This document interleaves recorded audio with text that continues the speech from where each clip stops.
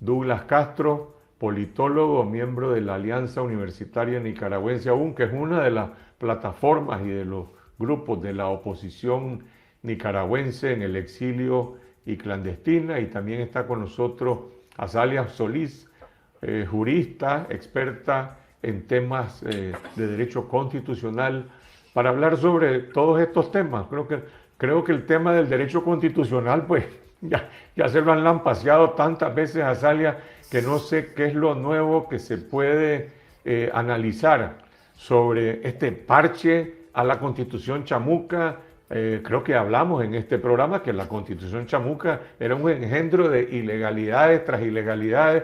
Ahora viene el parche, en ese parche ahora aparece esta extensión del mandato presidencial de los codictadores por 7 años, prorrogable por otros 7 años. ¿Qué se puede traducir de la operación, de las órdenes que está cumpliendo Gustavo Porras como presidente de la Asamblea Nacional y los diputados que solamente van a ir a apretar el botón para que se apruebe lo que está ordenando Daniel Ortega y Rosario Murillo? Douglas, ¿te sorprendió el anuncio de Daniel Ortega el 19 de julio? ¿Era necesario hacer ese anuncio? Alguna gente dice que bueno, que es también para blindar a Rosario Murillo, la copresidenta, en el futuro, en el 2027, y en caso de que él desaparezca. Pero me parece que el propio Ortega no pudo competir en una elección en el 21, bueno, tampoco ella, pero ninguno de los dos. Entonces, ¿por qué hizo Ortega este llamado el 19 de julio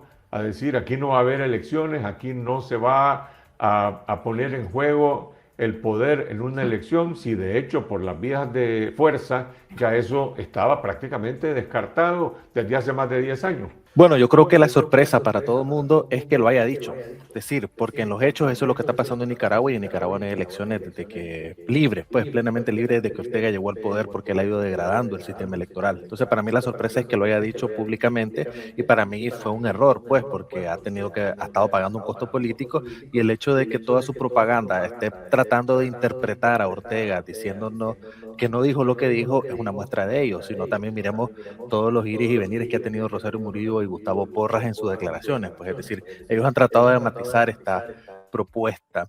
Para mí la gran pregunta es, ¿por qué en este momento? Pues yo, una de las interpretaciones, entre varias, pues, es que tiene que ver con el calendario internacional. Pues Ortega no quería tener elecciones este año porque Trump está en el poder, no quiere tener elecciones el otro año porque Trump sigue en el poder, y las está llevando al 2028 porque en el 2028 Estados Unidos va a estar con sus propias elecciones. Entonces el cálculo de Ortega puede ser de que en ese momento él pagaría menos costos. El segundo punto es que claramente lo que está en la discusión es el tema de la sucesión autoritaria. Lo que estás diciendo es que las elecciones que según la Constitución chamuca deberían llevarse a cabo en 2027, con este nuevo parche que van a poner, la extensión del periodo, se van a comer también el 2028, el 27, es decir, no habrá elecciones en 2027.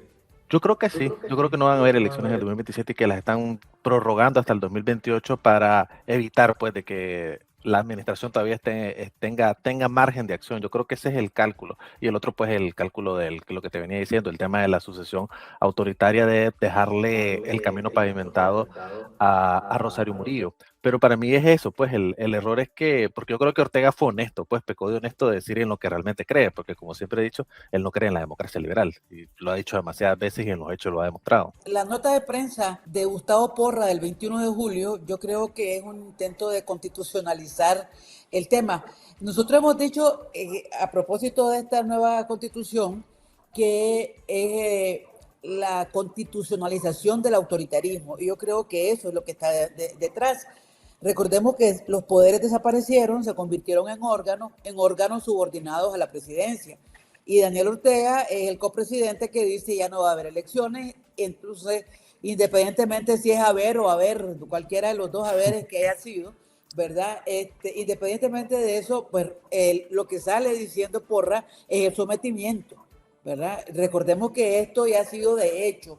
En el 2010, y no sé si te acordás, Carlos, Douglas estaba chiquito todavía, Daniel Ortega puso en vigencia la extensión de los cargos, que no se estaban eligiendo los cargos en la Corte Suprema, en el Consejo Supremo Electoral, y él dijo, por las atribuciones que a mí me da la Constitución, que no le daba ninguna atribución, en la que él se atribuyó la coordinación de los poderes del Estado, dijo que se mantuvieran los cargos. Los que estaban en ese momento y que todavía la Asamblea no elegía. Entonces, eso que hizo en el 2010 lo constitucionalizaron en el 2025, ¿verdad? Con la desaparición de los órganos y el sometimiento a la copresidencia. Entonces, de cierta manera, creo que ellos intentaban salir de vivos, como diríamos en buen nicaragüense, salir de vivos diciendo que eso es la Constitución. Lo que no esperaban era la respuesta, porque yo creo que de alguna manera él se equivocó, pudo haber dicho de otra manera el asunto, ¿verdad? Pero bueno, recordemos que ese es un poco el estilo de Daniel Ortega, pues avanzar a 80, 90, 100 para amenazar con avanzar hasta el 90 para llegar al 45. Pero yo creo que el punto central de ellos es aplicar esa constitución autoritaria que está ahí, ¿verdad? Que yo creo que más allá de las palabras, que es importante tenerlo claro, al final de cuentas, estas palabras ha estado rubricada por los hechos antes de que sean derechos, ¿verdad? Yo creo que lo importante es que es alertar siempre a la comunidad internacional que no es que esperen la sangre. Ya la sangre estaba lista el año pasado cuando hicieron esa constitución autoritaria. Es decir, la dictadura se puede hacer su propia constitución, que es nuevo con respecto a las constituciones anteriores en los años de República de Nicaragua. Yo he escuchado distintas reacciones de personas que de una u otra manera están, digamos, influidas dentro del mundo oficial. Alguna gente que dice, ¿y qué quiere decir esto? Ya no vamos a ir a votar entonces, ya no vamos a ir a hacer fila, ya nunca más va a haber elecciones. Y por el otro lado, los que están en la cúpula que se volvieron a ver sorprendidos y dijeron, bueno, ¿y entonces qué va a pasar ahora? ¿Va a seguir el comandante y la compañera? ¿Van a estar eternamente? ¿Acaso pueden ellos eternizarse en el poder? ¿Cómo quedo yo, el general XYZ del ejército y la policía? ¿Cómo queda el ejército? ¿Cómo quedamos los altos funcionarios con un gobierno que está diciendo de una manera con desparpajo y de forma descarada que aquí ni siquiera vamos a simular las elecciones, sino que simplemente ya no hay elecciones? Y yo sí lo que he percibido es que de la cúpula del régimen se ha generado también más desconcierto, más preocupación. Y no sé cómo van a reaccionar ahora cuando ya es un hecho, pues, de que van por 7 años más y por 14 años continuos en el poder Ortega y Murillo. Fíjate que a mí me llamó la atención de lo que dijo Porras cuando él dice de que los 7 años son renovables. Pues, ¿a qué se refieren con que sean renovables? A mí lo único que se me viene a la mente es que en el 2028, cuando según ellos, se vencen los plazos, los 7 años que se han venido recetando, primero se robaron un año con lo de 6 años, ahora otro año más con lo de los 7, es que ellos van a preguntar o a hacer una especie de referéndum o plebiscito. Esto es una hipótesis, pues, para decirle a la gente si quieren que se renueven el mandato y que no haya elecciones y que, entre comillas, en un referéndum la gente va a decir que sí. Es la única forma en la que a mí se me viene a la cabeza esa renovación, a menos que lo quieran hacer meramente por la Asamblea o por el Poder Judicial. No sé, ellos creo que han demostrado bastante innovación y la copresidencia es una innovación, una barbaridad, pero una innovación a fin de cuentas. Eso que decís sobre la reacción, bueno, yo creo que varias personas han notado que cuando Ortega dice eso, pues se nota que los demás no están para nada cómodos, porque creo que hay que destacar de que la dictadura, aunque parezca monolítica hacia afuera, siempre hay diferentes intereses, pues no es lo mismo el interés de Ortega, el interés de la Chayo, no es lo mismo los intereses de otras personas que no es que sean demócratas, pero les gustaría estar en un régimen con una cara de mayor legitimidad y claramente no se sienten cómodas con las amenazas de sanciones y les gustaría estar más integrados a todo el tema de Occidente. Entonces, y también la reacción de las mismas bases, pues, porque yo me he dado la tarea de estar revisando todas las publicaciones en Facebook, sobre todo, donde se ve más lo que dice la gente, pues. Recordemos que Facebook tiene casi 3.5 millones de usuarios en Nicaragua, hay mucha gente. Y hay siempre la respuesta fanática de muchas de las bases, pero también hay una especie de crítica y de preocupación sobre qué es lo que está pasando. Entonces yo creo que sí hay un ambiente de esa zozobra y es por eso que vimos cómo desplegaron la propaganda para explicar a Ortega, pues a propósito de lo haber y ver y toda esa discusión que han tenido absurda en sus medios de comunicación. Mira, una cosa en relación a esto, yo creo que hay que reconocerles el optimismo, Carlos, porque son un par de ancianos. Entonces, 7 años más o 7, o sea, realmente yo no sé, hay que reconocerles eso, pero yo creo que una enorme muestra de debilidad también. No tienen la capacidad de tener un René Chic, no tienen la capacidad de tener un Lorenzo Guerrero. Yo creo que esa es o sea, los Somozas podían desde atrás tener control, ellos parece que no tienen capacidad. Estás hablando para los mayores de 60, 70 años en esta conversación. Yo no sé si la audiencia ubica rápidamente quién es René Chic o quién fue René Chic, quién fue Lorenzo Guerrero, que fueron personajes de la otra dictadura, de la dictadura de los Somoza, que cumplieron un rol como, digamos, políticos del ala civil. René Chic fue presidente después de Luis Somoza y Lorenzo Guerrero fue presidente, era vicepresidente también Sí. y fue presidente por un corto periodo. A propósito de esa debilidad que menciona Salia, para mí es importante decir de que ellos no se ven en la capacidad de tener elecciones hoy controlando todo, ni el próximo año. Es decir, porque le tienen miedo incluso hasta los zancudos, pues, porque no sé, yo me imagino que Ortega se imagina de que si pone un zancudo y ese zancudo le saca demasiados votos o el zancudo le dice que le robó las elecciones, él siente esa vulnerabilidad, esa incertidumbre e incluso el tema de la hipótesis de la del Delcy Rodrigo o algo por el estilo, es decir, que de la oposición zancuda que hay actualmente, que es la que le permite correr en elecciones, puedan surgir alternativas a su propio poder.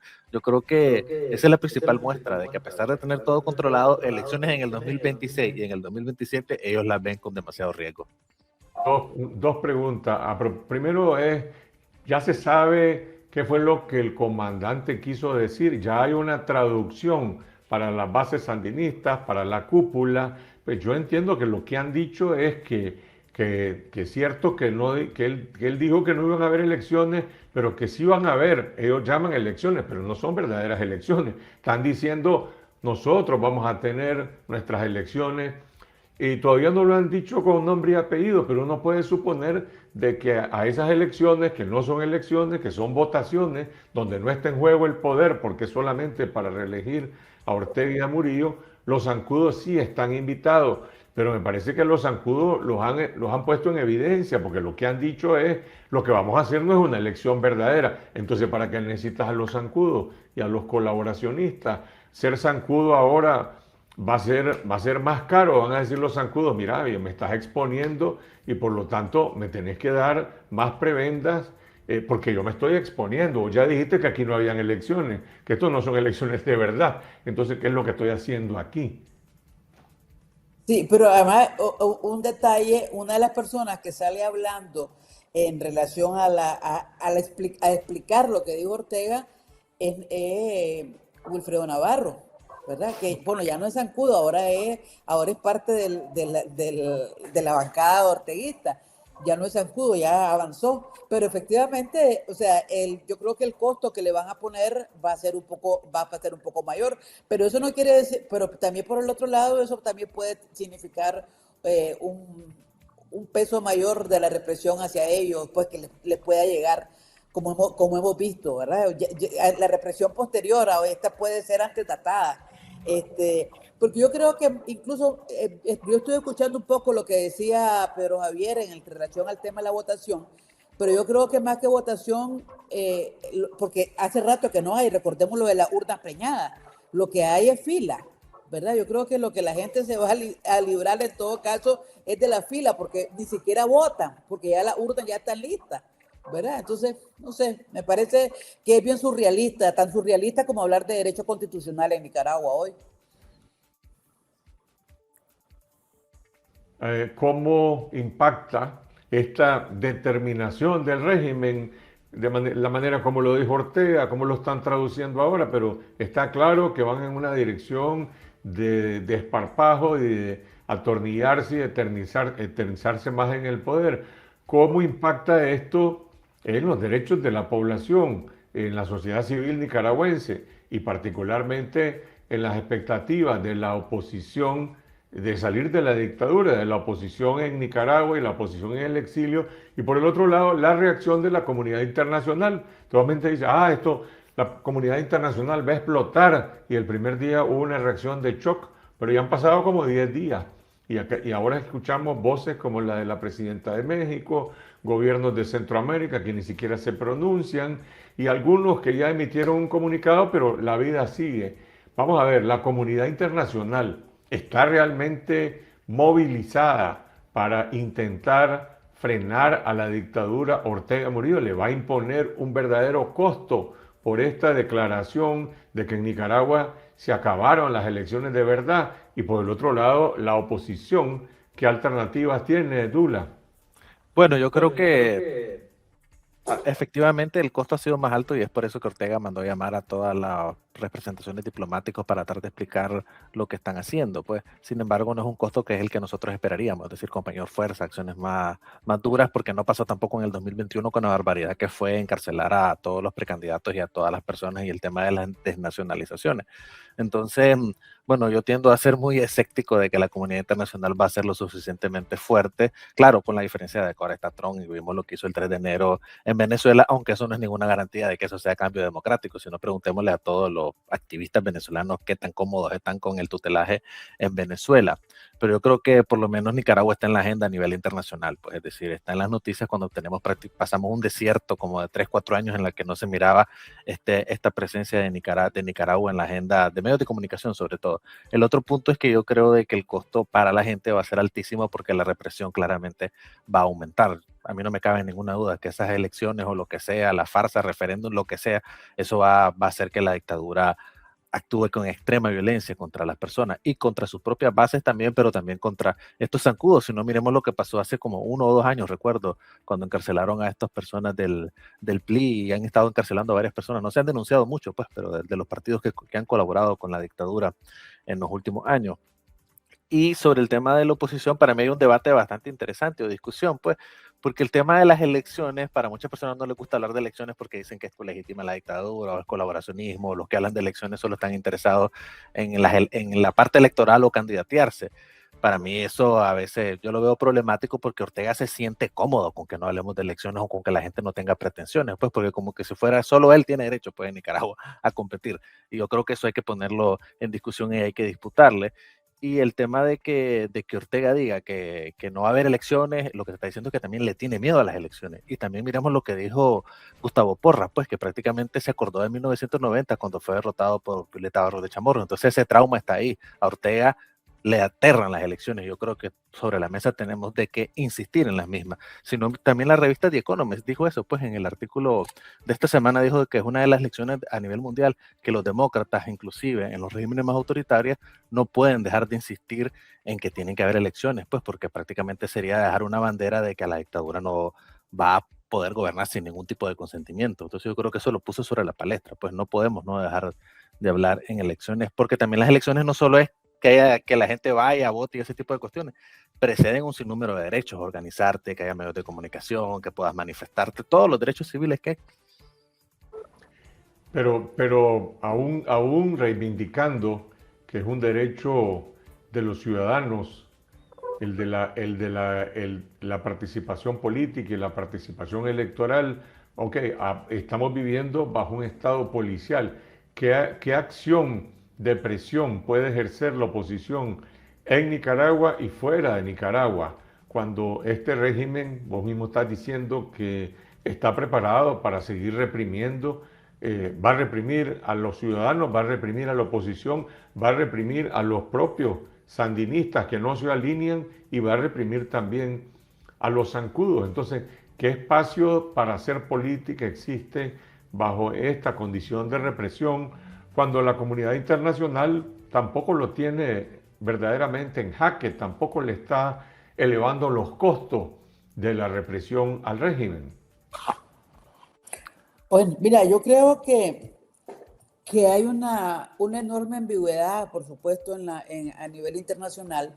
Yo aquí, no sé si Douglas, pero en este momento yo no miro acciones posibles dentro de Nicaragua. Yo creo que las acciones están fuera, independientemente de que la comunidad internacional realmente sea una cosa tan amorfa y que pues se limita a dar comunicado, y hasta el momento en que a ellos les afecte seguramente el tema va a ser de mayor movilidad.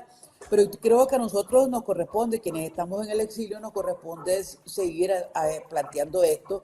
Y yo creo que los caminos que se han aprendido últimamente, de que vayamos juntos, independientemente de dónde vengamos, que vayamos juntos, yo creo que es una cuestión, son pasos adelante. Creo que habría que presionar mucho a México, porque esa ambigüedad con la cual habló hoy la presidenta de México, ¿verdad? Hablando de la autodeterminación de los pueblos. ¿Cuál autodeterminación ha tenido el pueblo de Nicaragua? Pero además ella se permitió criticar a Perú con el tema de Pedro Castillo, ¿verdad? Entonces, cuando dijo que a Pedro Castillo le dieron un golpe de Estado, ella se permitió hacer eso. Entonces, yo creo que ese tipo de cosas hay que señalarlas, ¿verdad? Hay que señalársela, porque realmente lo que muestra es un poco su inclinación ideológica. Yo creo que dos cosas, Carlos, para terminar este tema. Nosotros tenemos que tener, sin ninguna duda, hablar de elecciones. Es absurdo que nosotros no hablemos de elecciones. Creo que tenemos que validar el tema de las elecciones y no sentirnos mal con hablar de elecciones y del derecho que tenemos de elegir, ¿verdad? Creo que no podemos estar con ese temor. Y la otra cosa que también, que es mi enorme aspiración, que la gente entienda por fin que el derecho importa, ¿verdad? Que los límites del poder importan y que tienen que ver con nuestra comida diaria. Creo que es hablar de esas cuestiones. Nosotros que estamos de fuera creo que tenemos que insistir y no tener vergüenza de hablar de elecciones, no tener vergüenza de hablar de la importancia del derecho, aunque sepamos que en Nicaragua no hay derecho. Las plataformas opositoras, Douglas, han tenido un proceso de intercambio, de acercamiento, de definir estrategias diplomáticas, de unidad en la acción. ¿Se puede esperar que esto produzca, digamos, una intensificación de acciones de parte de la oposición en el exterior o en Nicaragua? Debería, pues, claramente, porque sí necesitamos un sinnúmero de acciones. Pues, por ejemplo, hoy salió un comunicado acá del Ministerio de Relaciones Exteriores del Reino Unido, que fue el resultado de acciones de comités de solidaridad, de gente que esté interesada en el tema de los derechos humanos en Nicaragua. Eso lo deberíamos de ver multiplicado por 10, por 15, por 20. Es decir, es un tema que se necesita mayor coordinación y mayor trabajo para precisamente tratar de aprovechar este momento.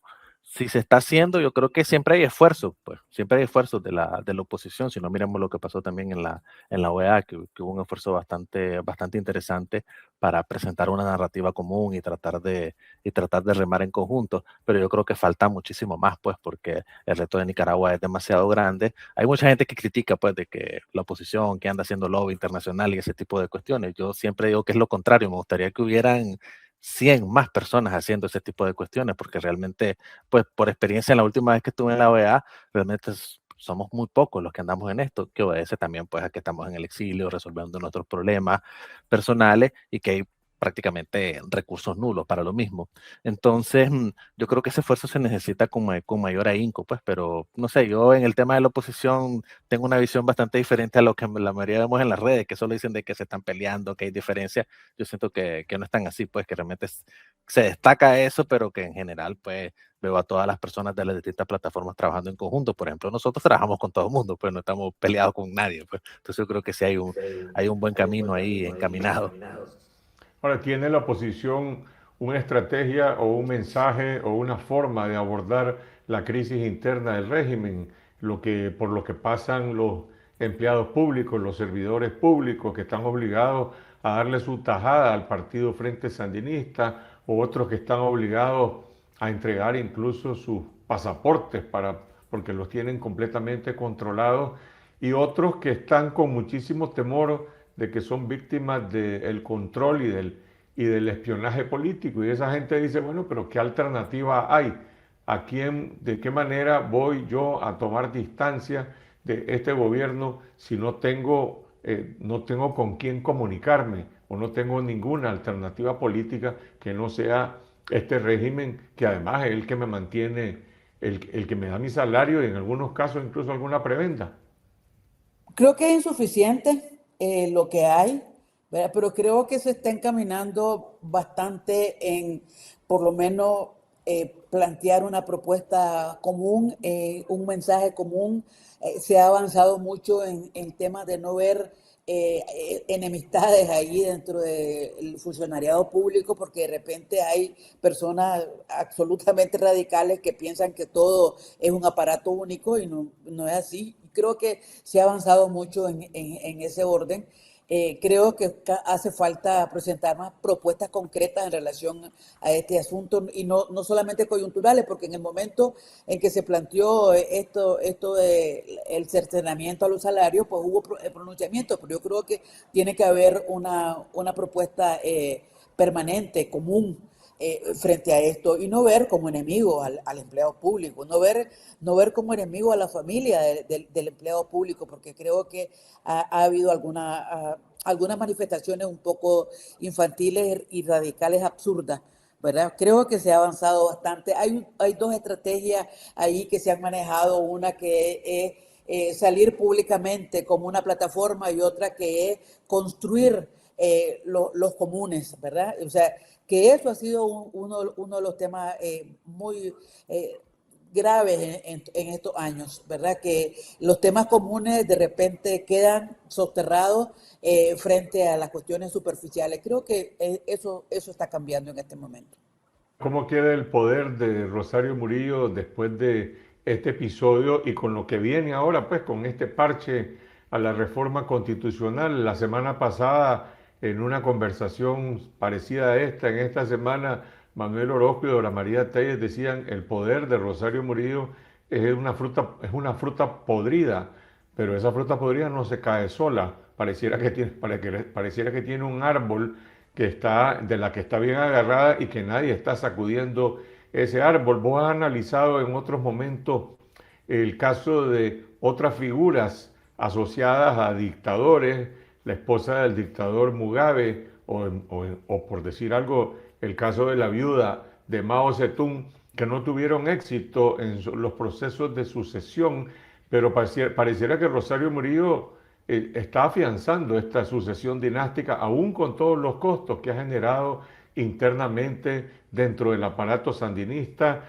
Podemos hablar de los que están presos, podemos hablar de los que están exiliados, que son producto de la gestión que ha hecho ella para eliminar a los leales a Daniel Ortega y poner a su propio aparato. Terminó ya de consolidar ese mando que pareciera que tiene mucho miedo de exponerse incluso a una elección en 2027 o en cualquier otro año. Fíjate que yo creo que hay una paradoja en Rosario Murillo. Claramente ella ha ganado poder y ese poder que gana es poder que Ortega pierde. Sin embargo, claramente Murillo está ahí porque Ortega le cede ese poder. Entonces yo creo que hay una Rosario que institucionalmente cada vez más pasa de lo fáctico pues a lo institucional teniendo ese poder y la copresidencia es un ejemplo de ello. Sin embargo, al mismo tiempo, no sé, pues uno hacía ese cálculo, hace tiempo se imaginaba que ella iba a pretender ser candidata en las próximas elecciones, pero están tirando la pelota hacia adelante porque tienen miedo de que ella es vulnerable. Pues yo tiendo a creer de que Rosario no cuenta con cuestiones con las que sí cuenta Ortega, que para ellos es importante, pues como lo que ellos leen, una especie de legitimidad revolucionaria de haber participado en la lucha contra Somoza en los 70 y en los 80, y veo difícil pues que todos estos ex guerrilleros, las personas del ejército y que tienen esa ascendencia dentro del Frente Sandinista, pues se le cuadren a Rosario. Yo creo que eso todavía está por ver, yo tiendo a pensar que no, pues porque también hay bastantes rencores y resentimientos por la manera en la que Rosario Murillo ha ejercido el poder y a todas las personas que ha excluido. Y siento de que esta base nueva que ella ha hecho, pues lo que muchas personas le llaman el chavismo, son personas pues que no tienen, pues uno ve todas estas personas empoderadas desde la Juventud Sandinista o desde esta Federación de Estudiantes de Secundaria, que ahora tienen grandes cargos, no los veo a ellos pues dirigiendo el Estado de Nicaragua y que le van a hacer caso a las personas que tienen más trayectoria en el partido. Yo creo que si Rosario logra hacer lo que quiere hacer, pues vamos a estar ante algo inédito, pues porque las otras no lo han logrado, pues. cuando uno analiza el tema a nivel internacional, lo más cercano, lo de Nicaragua es una innovación, lo de la copresidencia, lo más cercano es Azerbaiyán, pues que el autócrata es presidente y su esposa es la vicepresidenta, pero es vicepresidenta, hasta ahí. Entonces yo creo que Ortega, en el caso de Rosario, hay esta paradoja, pues está más empoderada, pero al mismo tiempo se ve más vulnerable en la medida que nos acercamos a ese momento, que es una elección en la que a ella le gustaría ser la candidata, pero yo no veo que Ortega lo deje. Entonces, esto que estamos viendo ahorita es muestra de esa vulnerabilidad, que todavía no está la fruta madura para la transición, pues, pero falta botarla, pues, esa fruta. La copresidencia es una anomalía, es un adefesio y al mismo tiempo se presenta como si fuera una innovación política de una copresidencia que es más bien una codictadura. Ahora van a aparecer juntos en la boleta electoral en 2027.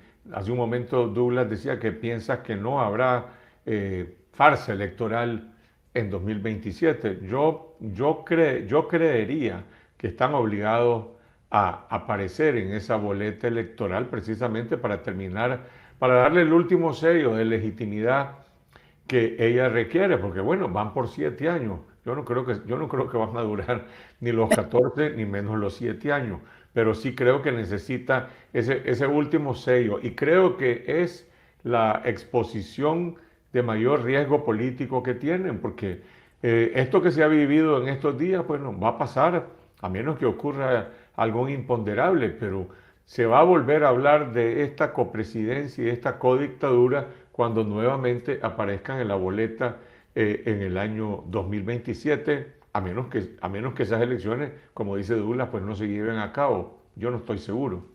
Yo tampoco estoy tan segura de que no se lleven a cabo. A mí me parece que en la lógica de lo que decía Douglas, Rosario Murillo es muy vulnerable y es tan vulnerable que el 2018 lo demuestra, ¿verdad? Recordemos cómo se dio esa situación de los primeros brotes de persecución el 18 y 19 de abril. Pues eso es una demostración de su enorme vulnerabilidad, que realmente tenés que hacer ese tipo de cosas para poder mantenerte en el poder. Yo creo que es posible que nos estén metiendo, así como dice Douglas, la paradoja de Rosario Murillo, que quieran meter a la oposición nicaragüense en una trampa, en una paradoja también, en una trampa, ¿verdad? Vas a elecciones, o sea, vamos a aceptar la copresidencia, vamos a aceptar ¿cómo es que le llamas vos? Constitución chamuca, vamos a aceptar ese tipo de cosas. Entonces, porque una cosa es que nosotros reafirmemos el derecho a elecciones y la otra es vamos a ir a elecciones en ese tema. Entonces yo creo que pueden ponernos en una trampa para el 2027 y creo que la necesitan. Frente a esa vulnerabilidad necesitan crearse esa legitimidad y aparecer pues por primera vez ambos en una boleta. ¿Habrá o no elecciones en 2027? Ya para cerrar esta conversación. Bueno, como yo decía y me sostengo, pues, cuando ellos dijeron de que lo iban a hacer el término hace 6 años, eso iba a ser hasta el 2027. Ahora que dicen 7, es que yo siento que se están robando un año más y que ellos están planteando prácticamente el 2028. Es lo que pretende. Si hay la presión suficiente, yo creo que van a tener que dar un paso atrás. Pero en sus lecturas yo siempre me voy por lo peor, pues, porque casi siempre sobrepasan las expectativas negativas que uno puede tener de las barbaridades que ellos hacen. Entonces yo creo de que en el 2000, ellos ese 7 años es desde ya. Pues fíjate que Y por la yo no víspera creo se que lo saque el peor día. sea pasarla al 2028, que es lógico, ¿verdad? Que esa es la pretensión por el miedo que tiene principalmente Murillo y el miedo que también tiene Ortega a unas elecciones, ¿verdad? Aunque vaya con zancudo y demás. Pero creo que para nosotros esa trampa que nos pueden poner para el 2027 puede ser bastante complicada. Puede ser también el peor escenario. Igual que vos, siempre pienso lo peor y la verdad que siempre nos sorprenden. Como dice Douglas, si por la víspera se saque el día, si cuando aprobaron la Constitución chamuca se recetaron ese año, pues no se puede descartar que ahora que le van a poner ese parche y van a decir que el periodo es de 7, lo van a extender y las elecciones las pueden adelantar. Bueno, vamos a ver qué pasa primero cuando se cierre la aprobación de este parche constitucional. En septiembre estará aprobado y luego su refrendado en el año 2027. No hay ninguna duda de que eso será así. Lo que no sabemos todavía es cuál es la letra menuda de ese nuevo parche constitucional que van a hacer para que se cumpla la orden de Daniel Ortega el 19 de julio, que en Nicaragua no habrá verdaderas elecciones, digo por esto, elecciones democráticas, elecciones competitivas en las que está en juego el poder.